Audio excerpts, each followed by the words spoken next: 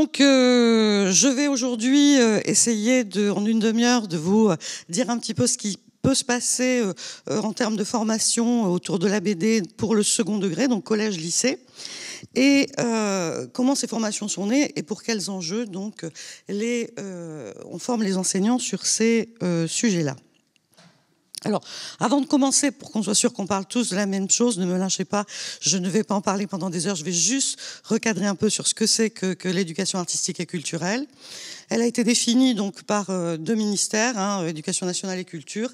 Et donc les grands axes de cette éducation, c'est à la fois l'acquisition de connaissances, la capacité des élèves ensuite à restituer ces connaissances, et surtout de la pratique artistique. Et c'est là on va voir comment les formations sont pensées, puisque c'est ce qui reste quand même une difficulté particulière pour les enseignants, que cette partie de pratique artistique, même si elle est accompagnée par, bien sûr, un partenariat artistique, ce qui fonde aussi un projet EAC, puisqu'on est dans une démarche de projet.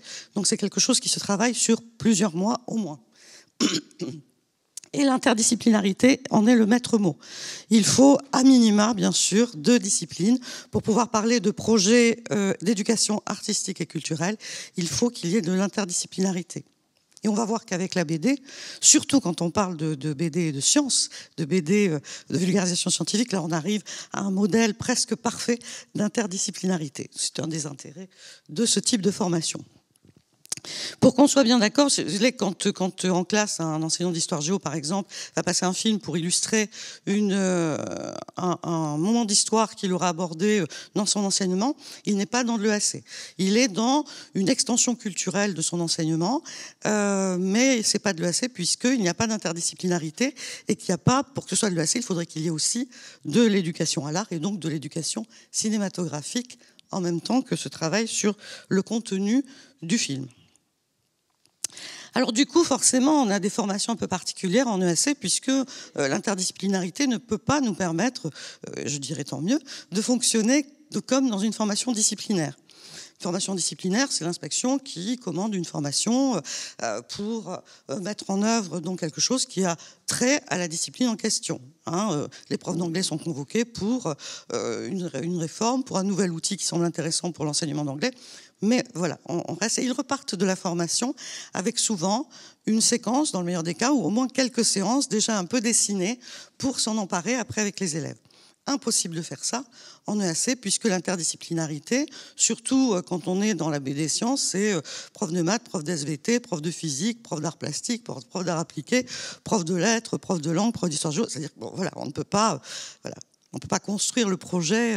Par contre, on apporte donc des connaissances, des pistes, des outils pédagogiques et surtout un temps de pratique. Et ce temps de pratique, c'est un temps absolument essentiel puisque c'est ce qui va permettre de convoquer la créativité des enseignants au même titre qu'ils convoquent celle des élèves et de les mettre dans cette même expérience sensible, de partager. Alors c'est comme ça qu'ils en comprennent la temporalité, c'est comme ça qu'ils en comprennent la nécessité d'une bienveillance, puisque quand les enseignants ont déjà une pratique personnelle artistique, c'est différent, mais quand c'est pas le cas, et c'est souvent pas le cas, ils ressentent exactement, ça fait bouger en eux toutes les lignes qui vont bouger chez les élèves.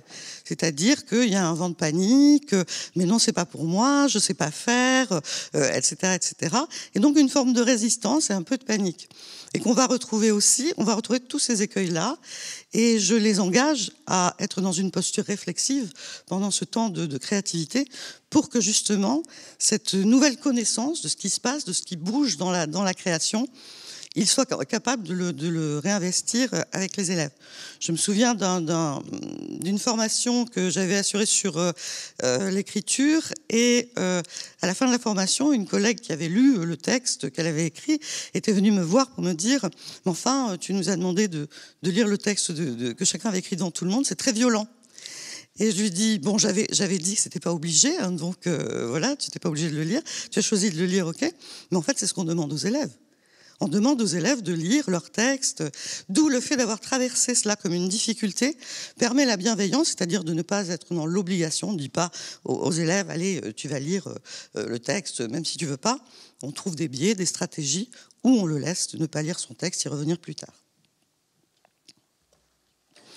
Alors, je ne vais pas revenir trop là-dessus, parce qu'on va maintenant attaquer un petit peu les spécificités de la BD et en quoi c'est une plus-value dans la formation et dans la pratique des enseignants de travailler à partir de la BD. Alors, Philippe Barrière en avait parlé hier. Donc, ce sont des extraits du rapport qui avait été initié par le Syndicat national des éditeurs de bande dessinée, le SNEBD. Et donc, il faisait état un peu de la façon dont les enseignants pouvaient s'emparer de la BD ou pas, et du lectorat BD parmi les enseignants. Alors, on voit malgré tout, et ça casse un peu cette histoire mais on l'a dit hier, hein, cette histoire du « oh là, mais les enseignants, ils sont rétifs à la BD ». Aujourd'hui, la plupart des enseignants sont lecteurs de BD. Et ils ont très envie de travailler avec la BD. Moi, la formation BD et Sciences, je l'ai initiée puisque depuis sa création, je fais la formation du prix BD des collégiens pour les Pyrénées-Atlantiques. Et chaque année, c'est un thème différent. Je trouve que l'année dernière, c'était les sciences. Pas de bol, on arrive, on ferme tout, etc. Enfin, donc on a été obligé de faire la formation en distanciel. Et l'après-midi, il y avait Laurence Bordenave de Stimuli qui intervenait et Marion Duclos, l'artiste BD, qui intervenait aussi pour faire des ateliers impossibles en distanciel. Donc l'après-midi, c'est vrai, c'était un peu... Donc moi, j'intervenais le matin sur tout ce qui est apport de connaissances, théorie. En règle générale, j'essaie de rendre ça assez vivant, interactif. Ça l'était beaucoup moins en distanciel, voilà. Mais enfin, la formation s'était faite. Et il faut savoir que dans le second degré, les établissements, via le chef d'établissement, peuvent demander des formations qui leur paraissent intéressantes pour des équipes d'enseignants de l'établissement. Et pour vous dire que BD et Sciences, ça parlait à tout le monde. Il y a eu un nombre de demandes considérable. Je n'ai pas pu tout assurer. J'ai reproduit la formation 8 fois sans pouvoir aller au bout. Et cette année, elle est de nouveau proposée. Prochaine session, le 9 décembre. Et c'est dire qu'il y a vraiment une attente très très forte par rapport à ça. Donc il ne faut pas s'y tromper. Alors, je parle de bande dessinée. Et je reviens un peu sur ce qui a été dit hier. Je vais juste faire une petite digression, mais qui me paraît très importante, parce que finalement, on est en train de créer une espèce de hiérarchie, on le disait hier, des savoirs à partir du manga. Hein. Quand on parle de BD, la plupart des gens pensent BD européenne, voilà, école franco-belge, etc. Ou au-delà, mais enfin, en tout cas, le manga, ça semble être à part, comme si le manga, c'était pas de la BD. Le manga, c'est de la BD. Il y a un format particulier, un sens de lecture, une esthétique particulière, mais c'est de la BD. Les comics, c'est de la BD, etc. Ce sont des genres avec des spécificités culturelles, mais c'est de la BD. Et d'autant plus qu'aujourd'hui, le manga, l'arrivée du manga en France, ça commence à dater. Je crois que le premier, c'était Dragon Ball, à l'époque où les éditeurs mettaient dans le sens de lecture occidentale les mangas, chose qu'ils ont arrêté de faire pour des questions économiques, mais aussi des questions de qualité, puisque ça devient une adaptation, en fait, puisqu'on recrée la narration. Et pour dire que, du coup, les jeunes auteurs de BD aujourd'hui ont été des lecteurs de manga. Et donc sont influencés par le manga. Et donc on voit ici 2 planches de Seton, qui est un manga, et qui, vous le voyez, propose une esthétique, un graphisme, un dessin plutôt proche des BD européennes. Hein. Et on a ici... Alors, veuillez m'excuser pour le bleu, je n'avais pas fait attention, mais la sélection est restée. Donc, normalement, ces 2 planches-là de Perdu dans le futur, qui est le tome 1, c'est vraiment très chouette, donc n'est pas tout en bleu. Hein. Les couleurs sont très flashy, mais c'est pas tout en bleu. Et là, on voit bien qu'il y a une influence manga très forte dans cette BD-là, qui est une BD française. Et puis, il y a des codes qui sont passés. Hein, maintenant, dans les BD, dans toutes les BD, la petite goutte là sur le front, hein, on la retrouve partout, dans tous les genres de BD. Et je reviendrai après sur la composition signifiante des planches, mais vous voyez que ça, c'est mon dernier coup de cœur, hein, très très chouette. C'est un one-shot, hein, il n'y a qu'un opus, qu'un volume, mais qui est vraiment très chouette. Et voyez qu'il y a vraiment un travail de composition de planches. On est vraiment dans de la BD. Je crois qu'il faut arriver à sortir de cette enclave créée spécialement manga, comme si c'était un objet à part, un peu sulfureux, un peu idiot, qui est très méjugé en tout cas, à tort. Puisqu'il y a certes des choses pas intéressantes, mais c'est le cas aussi dans la BD européenne, et il y a des choses absolument fabuleuses. Alors dans les établissements du secondaire, en règle générale, les seuls adultes lecteurs de BD, c'est les profs doc. Donc, je ne sais pas, ceux qui sont là confirmeront. Voilà. Donc on va repartir après cette petite digression sur qu'est-ce qu'on raconte aux enseignants pour finalement créer du désir, mais que surtout ce désir trouve un ancrage. Il faut apporter donc, comme je le disais, des connaissances, des pistes, etc. Alors sur sur la BD et sciences, donc moi j'arrive dans les formations avec une valise à roulettes, merci les roulettes, parce que c'est très lourd, pleine de BD, et parce que justement, ce qui n'a pas pu se faire en distanciel, parce que justement, lorsqu'on projette, c'est bien, mais ça reste abstrait et on ne voit pas l'œuvre dans sa totalité. On parlait hier d'inciter à travailler peut-être en lecture cursive sur la BD, mais si on ne propose que des planches aux enseignants, on envoie un message tout à fait contraire. Alors moi, j'ai une table pleine de BD, et les BD dont je parle, elles sont à disposition, et ils peuvent donc les consulter, et au fur et à mesure qu'on travaille dessus, voir les planches dans leur version en plus originale, parce que les projections, c'est pas toujours top, hein. Donc voilà, et puis donc ça crée aussi un corpus. Alors je devrais toucher des royalties par les éditeurs, puisque souvent les enseignants finissent par acheter tout ou partie des BD que je propose. Et surtout, c'est pour les faire entrer dans l'idée que si on parle de science, on parle aussi de diversité d'approches dans la vulgarisation ou dans le traitement des notions.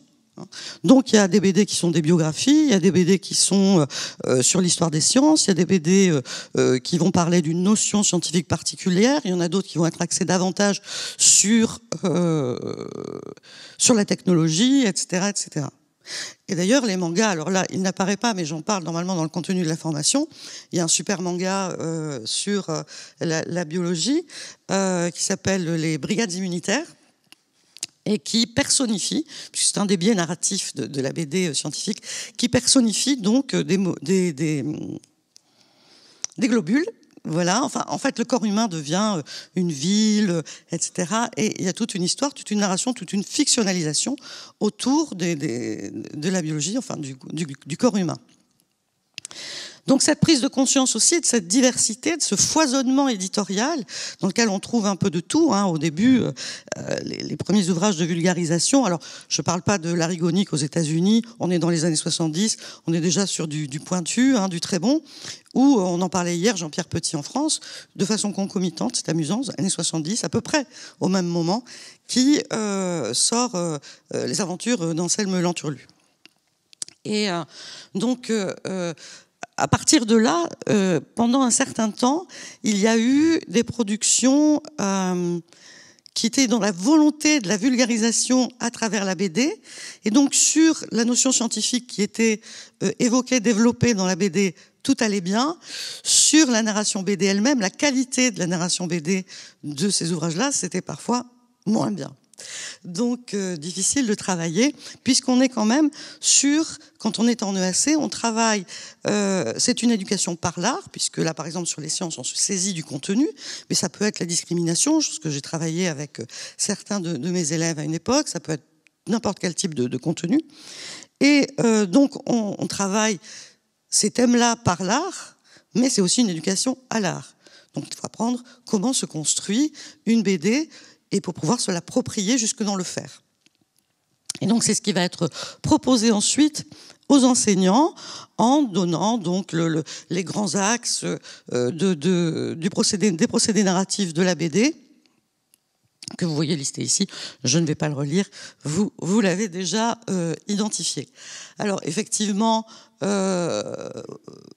la BD, c'est l'autre art séquentiel, je crois que c'est Will Eisner qui disait ça, c'est l'autre art séquentiel, l'autre étant le cinéma bien sûr, et dans l'art séquentiel, c'est ce qui fait une plus-value aussi que la BD, c'est que ce biais narratif-là, l'ellipse, le choix de ce que je montre, de ce que je ne montre pas. C'est en termes de narration, c'est extrêmement fin. Le travail de découpage d'un scénario, c'est quelque chose d'extrêmement fin et qui demande de s'être approprié vraiment tous ces biais narratifs-là. Donc, pour les élèves, je dirais, autant pour les enseignants que pour les élèves, puisqu'après, in fine, c'est vers eux que tout va s'adresser. C'est un travail qui est très profond, qui va très loin dans l'idée de la narration. La composition signifiante, on y reviendra tout à l'heure. La couleur, qui a longtemps été négligée, on l'a dit hier, puisque même dans le titre, dans les pages de titre, c'était même pas cité, les coloristes. Aujourd'hui, ils sont cités et on sait très bien que c'est un travail très important qui donne profondeur, relief, dynamique, atmosphère, ambiance, etc. Et le rapport du texte à l'image. Et le rapport texte-image, c'est vraiment quelque chose de très sur lequel il faut prêter grande attention quand on parle de narration BD. Non, je suis allée trop vite. Je reviens en arrière ici, voilà. Parce que c'est aussi ce qui va faire la qualité narrative d'une BD. Alors, en sciences comme ailleurs. Lorsqu'on est, mais en sciences, on est souvent dans la vulgarisation, donc de toute façon quelque chose qui a une vocation un peu pédagogique. Et c'est là-dedans que parfois les auteurs peuvent se noyer. Puis parfois c'est des commandes d'éditeurs, donc c'est aussi autre chose. Alors je vous ai mis en regard deux planches. L'une aux origines de Darwin et l'autre donc sur l'évolution de l'homme. Alors vous allez me dire, oui, je fais les questions toute seule. On ne peut pas comparer des choses qui ne sont pas forcément comparables. Mais en fait, si, puisque ces deux ouvrages faisaient partie d'une sélection d'un prix, du prix des collégiens de l'an passé. Donc il fallait bien, à un moment donné, les comparer et jeter un regard, analyser ce qui se passait entre ces deux BD. Alors vous voyez que sur Darwin, on a un travail de composition signifiante qui est très fin, puisque pour resituer, en fait, il s'agit de Darwin. C'est d'autant plus méritoire toutes les expéditions qu'il a pu faire, puisque il était malade comme un chien. Voilà, il avait un mal de mer épouvantable. Et donc cette planche-là, c'est ce qu'elle raconte. Et vous voyez le choix qui a été fait de ces deux grandes cases qui enserrent. Les cases sur lesquelles, au fur et à mesure, on se rapproche de Darwin, et combien tout de suite on est dans cette sensation de l'immensité, de la petitesse, de la fragilité, du fait d'être perdu, etc., etc. Donc, la composition de la planche nous raconte aussi quelque chose. Elle ajoute du sens. Dans la BD suivante, on remarque tout de suite, c'est extrêmement verbeux, c'est très bavard. On a beaucoup de textes. Donc, pareil, la notion qui est donnée, voilà, l'évolution de l'homme, c'est très bien traité, il n'y a pas de souci là-dessus. Par contre, en termes de bande dessinée, on est parfois dans un glissement qui fait qu'on n'est quasiment plus dans de la BD, mais plutôt dans de l'illustration. Donc, voilà, c'est un travers qu'on peut retrouver dans les BD pédagogiques.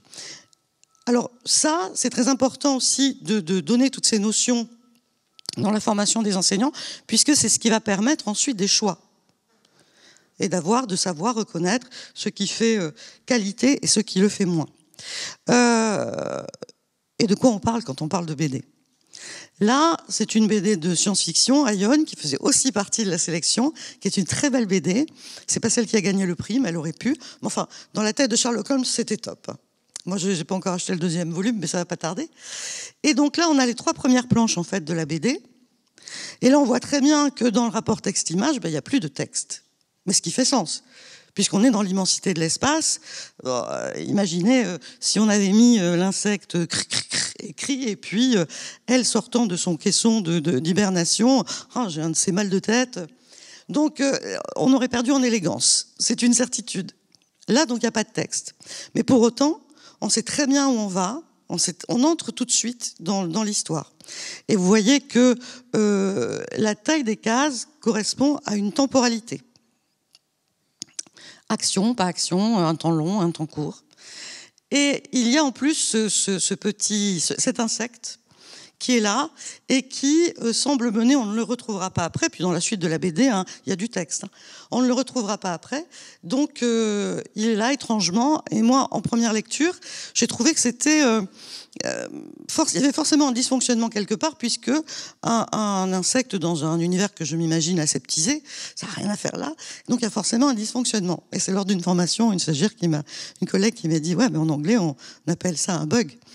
Eh ben oui, tout à fait. Donc on nous raconte déjà, vous savez, c'est un petit peu, ça rend le lecteur un peu omniscient, un peu comme dans les films d'horreur avec la musique qui arrive quand la jeune fille se fait du pop-corn, il y a la musique qui fait peur qui arrive, et on sait qu'elle n'aura pas le temps de finir son pop-corn, mais voilà, c'est bien la musique qui nous l'indique. Et bien là, c'est l'insecte qui, dès le départ, nous dit il y a quelque chose, hein, qui dysfonctionne. Et ça se vérifie pour le reste. Je ne vais pas spoiler la BD. Et donc après, on entre dans le faire. Alors je peux pas toujours prendre des photos parce que suivant la jauge, si j'ai beaucoup de stagiaires, donc je suis très demandée dans les groupes l'après-midi, donc j'ai pas le temps de faire des photos. Mais parfois en petite jauge, j'ai le temps. Et donc voilà, donc une partie des enseignants, là on est au Bug en Dordogne, là on est à Biarritz, là on est à Agen, et voilà, donc je sillonne. Ok. Et ce qui est très important là, c'est qu'on touche à la pédagogie de la créativité. Alors je vous invite, je ne peux pas développer, je vous invite à aller voir les travaux d'Isabelle Piozzo ou de Todd Lubart. Il y a une petite conférence de Todd Lubart que vous allez trouver facilement si vous tapez Todd Lubart, École de la créativité. Et puisqu'effectivement, dans ces temps-là, on convoque des choses, des pensées divergentes, convergentes, des analogies, mais aussi de l'émotion, de l'imaginaire. Il y a quelque chose de très holistique dans ce qui va se passer et qui va créer. Alors il y a des expériences, j'aurais pas le temps de vous le dire. C'était développé dans un numéro du Prisme, qui est une revue pédagogique suisse, sur justement des expériences qui ont été faites, par exemple sur l'ancrage mnémonique quand on met des élèves en créativité. De quoi se souviennent-ils ? Le passage par la création crée des ancrages beaucoup plus profonds. Alors c'est tout ça qu'on va travailler avec les enseignants. Alors, il y a donc des outils aussi à créer, puisqu'il y a la formation, mais il y a aussi des outils. Vous pourrez prendre un numéro si vous le voulez, puisque à l'initiative du Syndicat national des éditeurs BD, une collection est née, la BD en classe, dont le premier tome est sorti il y a 1 an ou 2, je ne sais plus, sur le thème des monstres, sur les cycles 3, et le second devrait paraître en janvier. Nous sommes 2 ici à avoir fait partie du comité rédactionnel du tome 1. Et le tome 2, donc, j'ai travaillé cet été aussi, et qui devrait sortir en janvier, qui est sur l'environnement, développement durable, cycle 2-3. Je ne désespère pas que le tome 3 sera sur les sciences, cycle 4. Voilà. Et vous pouvez le télécharger, parce qu'il y a aussi un carnet élève, mais j'en ai plus d'exemplaires. Et tout ça, vous pouvez le télécharger gratuitement, bien sûr, sur le site du SNE. Je ne résiste pas à vous montrer quand même des enseignants heureux, puisque tout cela se fait dans la bonne humeur et tout le monde... Et puis la création, la créativité, ça crée une forme d'euphorie aussi, hein. Donc on finit toujours, voilà, tout le monde est très très content. Et les enseignants, donc, par petits groupes, ont produit, à partir d'une notion qu'ils ont choisie, des BD. Et donc, avant de vous quitter, je voudrais vous montrer quelques planches parce qu'il y a eu un couac au niveau de l'exposition. Le cartel qui annonce des planches faites par les profs, par les enseignants, c'est pas du tout ça, c'est des élèves de 4e. Donc, je vais vous montrer quelques... Ah mince, je les avais retournés, je les avais enregistrés, retournés, ça ne s'est pas fait. Super, je suis ravie. Voilà. Donc là, c'est sur le blob. Un groupe avait décidé de travailler sur le blob, donc blob attitude. Alors on est vraiment... Alors il y a un petit clin d'œil à Gottlieb, hein, vous voyez la coccinelle. Et on a des personnifications comme ça, beaucoup. Puisque les biais narratifs en BD scientifique de vulgarisation, c'est soit on met ça c'est un peu daté, ça, hein, le scientifique qui explique, soit on personnifie donc effectivement les éléments de la notion abordée. Donc là, c'était facile de personnifier le blob. Hein.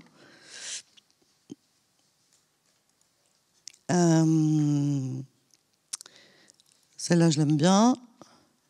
Aussi, bon, elles sont toutes bien, hein. Mais là, on est sur le 0. Voilà. Bah, vous retournez la tête et puis vous verrez très bien. Hein. Donc, j'ai jamais été forte pour ce jeu-là. Un repérage dans l'espace assez mauvais. Donc voilà, c'est super 0, et donc on est là dans le 0 qui se la pète un peu. Au début, les autres lui disent, mais enfin, tu sers à rien, mon pauvre, excuse-moi, mais quantité négligeable, pas du tout. Donc il explique à la fois son histoire et l'importance qu'il peut avoir. Et je continue peut-être avec une dernière, pardon. Ah oui, celle d'Odilon Redon.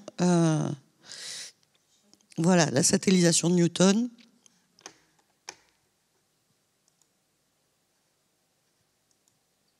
Toujours pas. Oh, mais un jour j'y arriverai quand je serai grande, je vous jure. Hein. C'est une petite formation pour moi, s'il te plaît. Donc là, on a, et bien évidemment, il y a d'autres BD des planches qu'on peut faire, ils peuvent se servir aussi de collage. On est dans un travail qui, et par rapport à la question, oh là là, je sais pas dessiner, mais on peut travailler, faire du collage.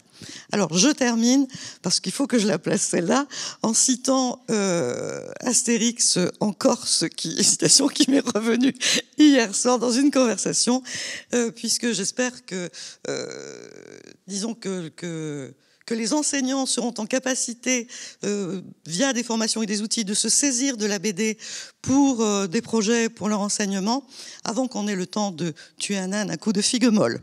Merci.